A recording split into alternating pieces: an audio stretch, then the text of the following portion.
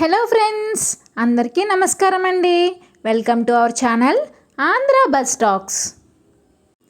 ఈరోజు టాపిక్ ఏంటంటే నిరుద్యోగ భృతి గురించి. ఈ టాపిక్లో నేను డిస్కస్ చేస్తానండి, పూర్తిగా చూడండి, ఎక్కడ స్కిప్ చేయకుండా.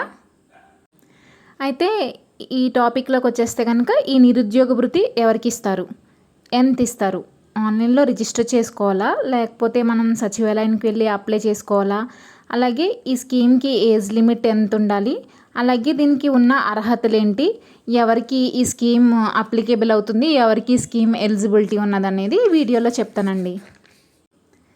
మనం ఈ స్కీమ్కి అప్లై చేసుకోవాలంటే మన దగ్గర ఏ డాక్యుమెంట్స్ రెడీ చేసి ఉంచుకోవాలి, ఇంకా ఎలిజిబిలిటీ లిమిట్ ఎంత, అవన్నీ మనం ఈ వీడియోలో డిస్కస్ చేసుకుందామండి.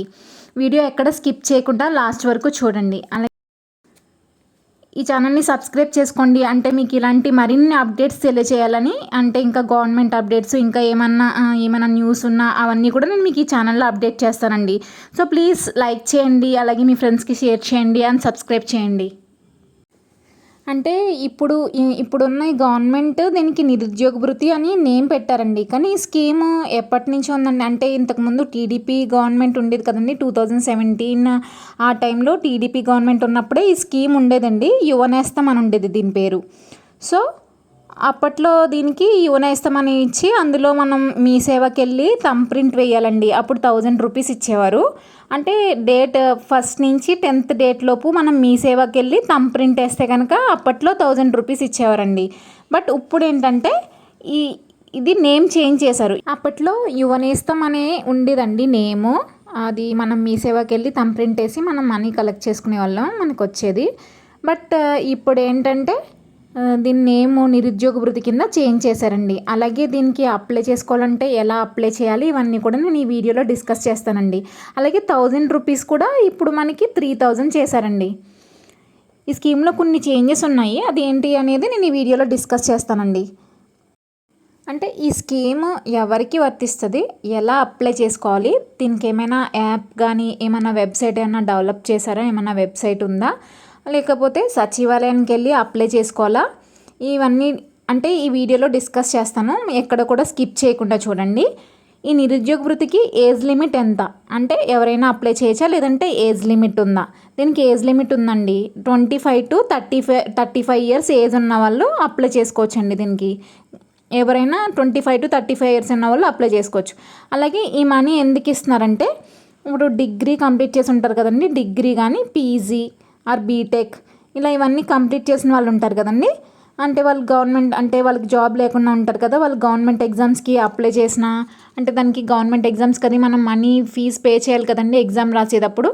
అలాగే మనం ఆ ఎగ్జామ్ రాయడానికి వెళ్ళినప్పుడు కొంచెం మనం మళ్ళీ వేరే ప్లేస్కి వెళ్ళి రాయాలి కదా, ఆ మనీ అవుతుంది కదండి. ఇలా ఈ గవర్నమెంట్ ఇలా మనకి హెల్ప్ చేస్తే మనకి ఆ మనీ హెల్ప్ అవుతుంది, మనం పేరెంట్స్ మీద డిపెండ్ అవ్వకుండా ఉంటాం కదండి. సో ఆ మనీ హెల్ప్ అవుతుందని, సో ఈ స్కీమ్ అనేది ఇలా ఈ 25 to 35 ఇయర్స్ ఉన్న వాళ్ళకి, ఏజ్ వాళ్ళకి హెల్ప్ఫుల్ అవుతుందని ఈ స్కీమ్ అనేది ఇంట్రడ్యూస్ చేశారండి. కొంతమంది ప్రైవేట్ జాబ్ చేస్తారు కదండి, వాళ్ళకి పిఎఫ్ కానీ ఈపీఎఫ్ కానీ ఈఎస్ఐ అవేమీ రావు. అంటే అవి రాకుండా, అంటే చిన్న చిన్న జాబ్స్ చేస్తారు కొనండి, వాళ్ళకు కూడా ఈ స్కీమ్కి ఎలిజిబుల్ అండి. వాళ్ళు కూడా అప్లై చేసుకోవచ్చు. అంటే ఎంతమంది ఉంటే ఒక ఫ్యామిలీలో, ఇలా ఇప్పుడు ఒకళ్ళిద్దరు ఉన్నారనుకోండి, 2 మెంబర్స్ కానీ 3 మెంబర్స్ కానీ సేమ్ ఫ్యామిలీ, బట్ వాళ్ళకి ఈ పిఎఫ్ అనేది ఈఎస్ఐ అనేది ఏమీ ఇంక్లూడ్ అవ్వట్లేదు అనుకోండి, చిన్న చిన్న జాబ్స్ చేస్తూ ఉంటారు కదా, వాళ్ళందరూ డిగ్రీ కంప్లీట్ చేసి కానీ బీటెక్ కంప్లీట్ చేసి కానీ పీజీ చేసి కానీ ఉంటారు కదండి, వాళ్ళందరూ కూడా ఖచ్చితంగా మనం ఈ స్కీమ్కి అప్లై చేసుకోవచ్చండి. ఏపీలో 20 lakhs మంది నిరుద్యోగులు ఉన్నారండి మొత్తం. అంటే వాళ్ళందరికీ, అంటే స్టార్టింగ్ P4 సర్వే అనేది చేశారండి, వర్క్ ఫ్రమ్ హోమ్ అనేది కల్పిద్దామని చూశారు. ఈలోగా ఇంకా వర్క్ స్టార్ట్ చేయలేదు కదండి. సో వాళ్ళందరూ కూడా ఈ స్కీమ్కి ఎలిజిబుల్ అవుతారండి, అందరూ కూడా అప్లై చేసుకోవచ్చు. అంటే ఇది అంటే ఎవరికి ఎలిజిబుల్ అంటే, డిగ్రీ చేసిన వాళ్ళు కానీ, డిప్లొమా కానీ, బీటెక్ పీజీ చేసిన వాళ్ళందరూ, అంటే ఏ జాబ్ లేకుండా పిఎఫ్ అది ఏమి ఉండకూడదండి, అలా ఉన్న వాళ్ళందరూ ఈ స్కీమ్కి ఎలిజిబుల్ అండి. అలాగే దీనికి కావాల్సిన డాక్యుమెంట్స్ వచ్చేసి నేను ఈ వీడియోలో కూడా అటాచ్ చేస్తానండి, ఒకసారి చెప్తున్నాను వినండి. రేషన్ కార్డ్ కంపల్సరీ అండి, అంటే బిలో పావర్టీ లైన్ ఉన్న వాళ్ళకి ఈ స్కీమ్ వస్తుందండి. అలాగే ఇప్పుడు ప్రజెంట్ అయితే 25 to 35 ఇయర్స్ ఉన్న వాళ్ళకి ఈ స్కీమ్ అనేది అప్లికేబుల్ అవుతుంది. కానీ అందరూ ఏం అడుగుతున్నారంటే 35 కాదు, కొంచెం 40 ఇయర్స్ వరకు ఇస్తే బాగుంటుంది, కొంచెం 20 ఇయర్స్ నుంచి స్టార్ట్ చేసి, అంటే ఏజ్ ఎవరికైతే 20 ఉందో 20 ఇయర్స్ నుంచి 40 ఇయర్స్ ఉన్న వాళ్ళందరికీ కావాలని అడుగుతున్నారండి. బట్ ఇంకా గవర్నమెంట్ ఏం డిసైడ్ చేయలేదు. యాజ్ ఆఫ్ నవ్ అయితే 25 ఓన్లీ. వాళ్ళు స్టాండర్డ్గా ఏమనుకుంటున్నారంటే 25 to 35 ఇయర్స్ వాళ్ళకే అనుకుంటున్నారండి, వాళ్ళకే ప్రొవైడ్ చేద్దామనేసి. కానీ అంటే గ్రౌండ్ వర్క్ చేస్తున్నారు, అంటే వెనకాల అడుగుతున్నారండి 40 ఇయర్స్ వరకు అన్న ఇవ్వమని మినిమము. బట్ ఇంకా ఏం డిసైడ్ చేయలేదండి. అంటే ఈ స్కీమ్ ఇంకా రావడానికి గవర్నమెంట్ ఇంకా వర్క్ చేస్తుందండి. ఇంకా వెబ్సైట్ ఇవన్నీ ఇంక్లూడ్ చేయడానికి కొంచెం టైం పడుతుంది. సో ఇంకా టైం ఉందండి. ఈలోపు ఎవరైనా రేషన్ కార్డ్ లేని వాళ్ళు ఉంటే మీకు సచివాలయానికి వెళ్ళి రేషన్ కార్డ్ అప్లై చేసుకోండి, ఈలోపు వచ్చేస్తుంది కదా. అలాగే ముఖ్యంగా దీనికి అంటే కొన్ని మన మార్క్ లిస్టులు అవి అప్లోడ్ చేయాలండి. అవి ఏంటంటే ముఖ్యంగా మన 10th క్లాస్ ఒరిజినల్ సర్టిఫికేట్ అండి. 10th క్లాస్ ఒరిజినల్ సర్టిఫికేట్ ఉంటుంది కదా, అదొకటి. అలాగే ఇంకొకటి ఏంటంటే మన డిగ్రీ పీజీ చేసిన వాళ్ళు ఉంటారు, డిగ్రీ చేసిన వాళ్ళు ఉంటారు, బీటెక్ చేసిన వాళ్ళు, వాళ్ళ మార్క్స్ మెమో ఉంటుంది కదండి, ఆ మార్క్స్ మెమో ఒకటి ఒరిజినల్స్ అప్లోడ్ చేయాలండి ఇందులో ఇంకా ఆధార్ కార్డ్ ఒకటి, రేషన్ కార్డ్ ఒకటి, క్యాస్ట్ సర్టిఫికేట్ ఒకటి, ఇవన్నీ మొత్తం అన్ని ఒరిజినల్స్ మనం అప్లోడ్ చేయాలండి. అంటే యాక్చువల్గా బిఫోర్ ఇంతకు ముందు డేటా ఉంది కదండి, 2017లో అలా మనకి యోనేస్తామని చెప్పి మనీ, అంటే ఇలా ఎవరైతే వర్క్ అన్ఎంప్లాయ్మెంట్ అంటే జాబ్ లేని వాళ్ళు ఉంటారు చూడండి, వర్క్ చేసేవాళ్ళు కదా, వాళ్ళకి 1000 రూపీస్ ఇచ్చేవారు కదండి. అప్పుడు డేటా కలెక్ట్ చేశారండి. బట్ ఆ డేటా ఏం తీసుకోవట్లేదండి. అంటే ఇప్పుడు కొత్తగా ఫ్రెష్గా ఇప్పుడు మళ్ళీ డేటా కలెక్ట్ చేస్తున్నారండి దీనికోసం.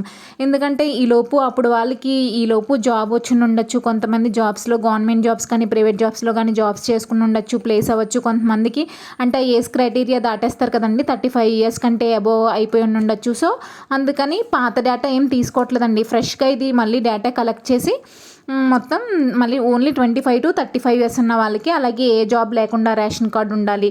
అలాగే దీనికి కూడా 6 స్టెప్ వెరిఫికేషన్ అనేది పెట్టారండి, 6 స్టెప్ వ్యాలిడేషన్ అనేది జరుగుతుంది. అవన్నీ చూసుకునండి మనకి ఈ అన్ఎంప్లాయ్మెంట్ ఎవరైతే ఉన్నారో ఈ పిఎఫ్ అది ఏమీ రాకుండా, ఏమి చిన్న జాబ్ చేసినా ఓకే. బట్ ఇవన్నీ పిఎఫ్ ఈఎస్ఐ ఇవేమీ లేకుండా ఉన్న వాళ్ళు ఉంటారు చూడండి, ఈ ఏజ్లో బిట్వీన్ ఈ ఏజ్లో ఉన్న వాళ్ళకి కంపల్సరీగా ఈ మనీ అని క్రెడిట్ అవుతాయండి.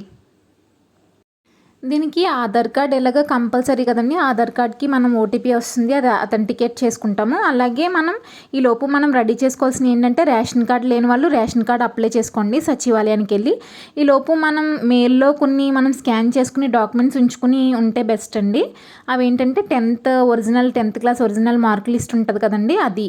అలాగే డిగ్రీ చేసిన వాళ్ళు కానీ, పీజీ చేసిన వాళ్ళు కానీ, డిప్లొమా చేసిన వాళ్ళు కానీ, బీటెక్ వాళ్ళు కానీ ఒరిజినల్ సర్టిఫికేట్స్ ఉంటాయి కదండి, మార్క్స్ మెమోస్ అవన్నీ, మార్క్ లిస్టులన్నీ రెడీ చేసుకుని ఉంచుకోవాలండి. మన మెయిల్లో స్కాన్ చేసుకుని రెడీ చేసుకుని పెట్టుకోవాలి. అలాగే Aadhaar card, ration card, income certificate ఉండాలండి. మన పాస్పోర్ట్ సైజ్ ఫోటో ఇవన్నీ స్కాన్ చేసుకుని మన మెయిల్లో ఉంచితే కనుక ఇప్పుడు మనకి అది వెబ్సైట్ రెడీ చేశారనుకోండి, మనం ఫాస్ట్గా ఇవన్నీ డీటెయిల్స్ ఇచ్చి అప్లోడ్ చేసుకుని మనం అప్లై చేసుకోవడానికి ఉంటుంది కదండి. అలాగే దీనికి ఇన్కమ్ సర్టిఫికేట్ కూడా అడుగుతున్నారండి. దీనికి ఒక కండిషన్ ఉంది, అదేంటంటే 1,44,000 కంటే తక్కువ ఉండాలి. అంటే ఇలా ఉంటారు కదండి అర్బన్లో ఉన్న వాళ్ళు, అంటే టౌన్స్లో ఉన్న వాళ్ళకి 1,44,000 కంటే తక్కువ ఉండాలి. అలాగే ఒకవేళ విలేజెస్లో ఉంటారు కదండి, అంటే పల్లెటూరులో ఉండే వాళ్ళకి 1,20,000 కంటే తక్కువ ఉండాలి. సో ఇంకా వాళ్ళకి కావాల్సింది ఏంటంటే నేను ఇవన్నీ కూడా ఈ వీడియోలో అటాచ్ చేస్తానండి, ఒకసారి చూడండి. ఆధార్ అప్డేటెడ్ హిస్టరీ అడుగుతున్నారు. అలాగే ఆధార్ ఒకవేళ మీరు ఆధార్ చేయించుకుని 10 ఇయర్స్ అయిపోతే కనుక మీరు మళ్ళీ ఖచ్చితంగా ఒకసారి ఆధార్ అప్డేట్ చేయించుకోండి. అంటే థంబ్ ప్రింట్స్ ఇవన్నీ వేస్తారు కదా, ఒకసారి అది చేయించుకుని ఉంచుకోండి 10 ఇయర్స్ దాటేస్తే కనుక. అలాగే ఈ 2025లోనే నిరుద్యోగ భృతి ఇస్తామంటున్నారండి. సో మనం ఈలోపు ఈ డాక్యుమెంట్స్ అన్నీ స్కాన్ చేసుకుని ఈ ఆధారు, రేషన్ కార్డు, అలాగే వర్కింగ్ మొబైల్ నెంబరు, ఈ ఆధార్ అప్డేటెడ్ హిస్టరీ ఇవన్నీ మనం అన్నీ రెడీ చేసుకుని ఉన్నాం అనుకోండి, పాస్పోర్ట్ సైజ్ ఫోటో. సో మనకి ఇది ఎప్పుడైతే ఈ స్కీమ్ పెడతారో మనమే అప్లై చేసేసుకోవచ్చండి ఆ వెబ్సైట్లోకి వెళ్ళి.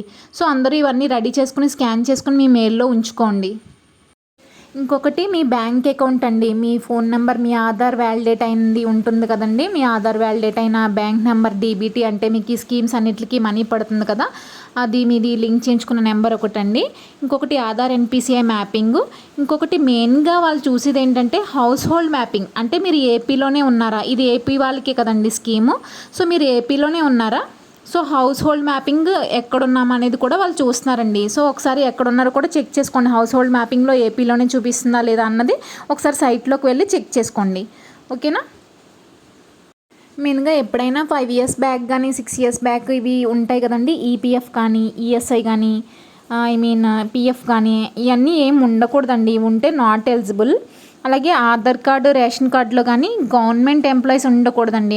అలాగే 6 స్టెప్ వెరిఫికేషన్ అన్నాను కదండి, కార్ ఒకటి ఉండకూడదు. అలాగే ఇన్కమ్ ట్యాక్స్ మీ ఫ్యామిలీలో ఎవరో పే చేస్తూ ఉండకూడదండి. మీ రేషన్ కార్డులో ఎవరైతే ఉన్నారో వాళ్ళు ఇన్కమ్ ట్యాక్స్ పే చేస్తూ ఉండకూడదు.